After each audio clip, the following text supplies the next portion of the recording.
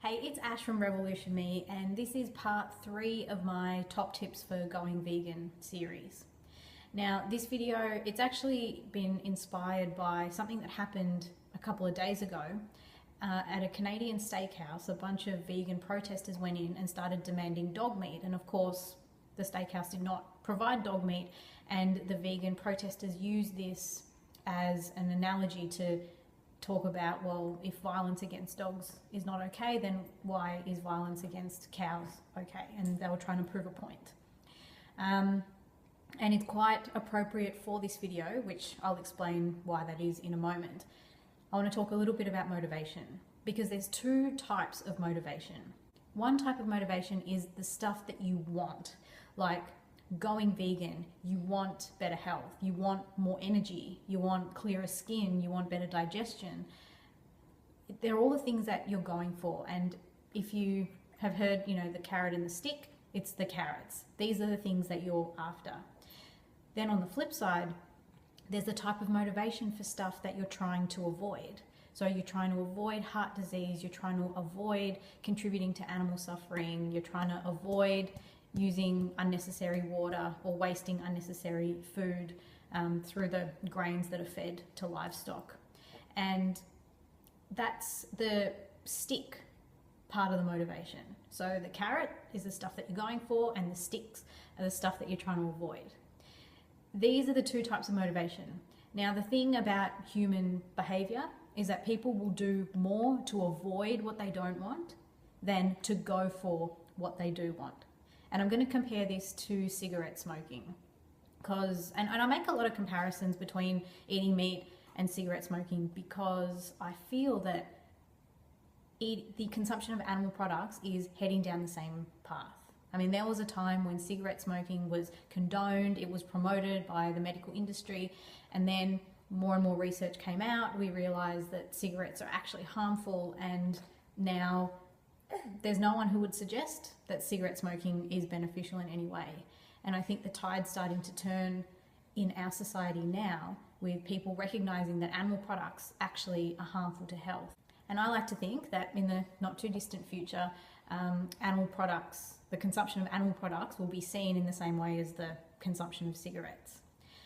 So I do make a lot of comparisons between the two. And if you think about the campaigns to encourage people to stop smoking, on one hand, the motivation to stop smoking, it can be that you'll get better health, you can breathe more easily, your fitness will be better, but that's not quite as compelling as the stuff that you're trying to avoid as motivation. And if you have a look at the quit campaigns and you have a look at the graphic imagery that you see in ads and on the cigarette packets, it's not really the promise of health. It's the images about cancer and what it does, and emphysema, and what cigarette smoking does to your lungs. It's all the stuff that people are trying to avoid. That's the biggest motivation. And I think we've seen commercials on TV where people are lying in cancer wards, or kids are crying because they've lost one of their parents too early. This is stuff that it creates pain.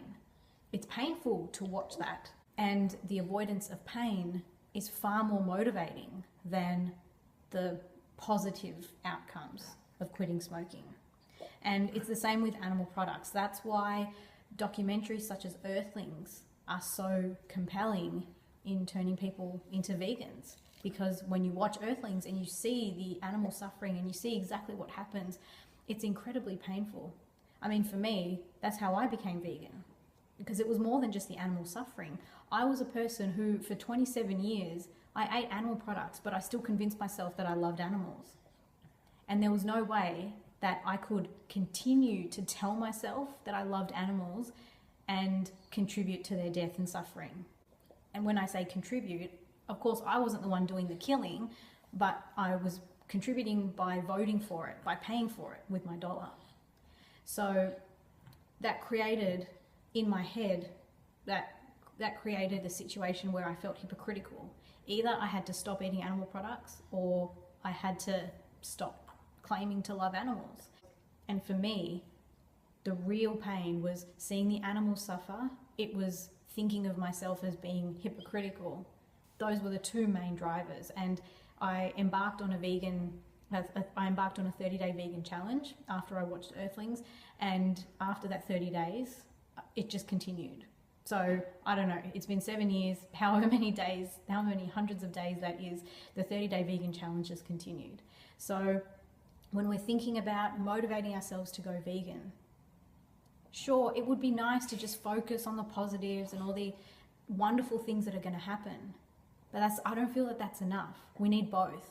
We need to remember what the animals are going through, or what meat consumption's doing to our heart and it's clogging our arteries, and what it's doing to our brain and the rest of our organs. And we need to remember what animal products are doing to the environment, and they're contributing to world hunger and drought and climate change.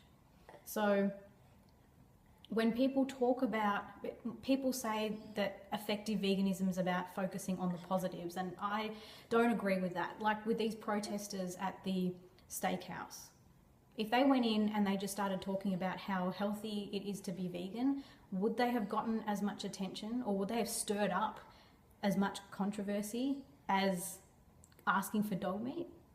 I think not. And it's when our attention is drawn to the pain of continuing to eat meat, that's the real motivation to change. So I think we need a little of both. But that's my opinion, and I'm happy to be wrong here, and I'd love to hear what your thoughts are. So feel free to leave me a comment down below, and thank you for watching this video. I'll see you next time.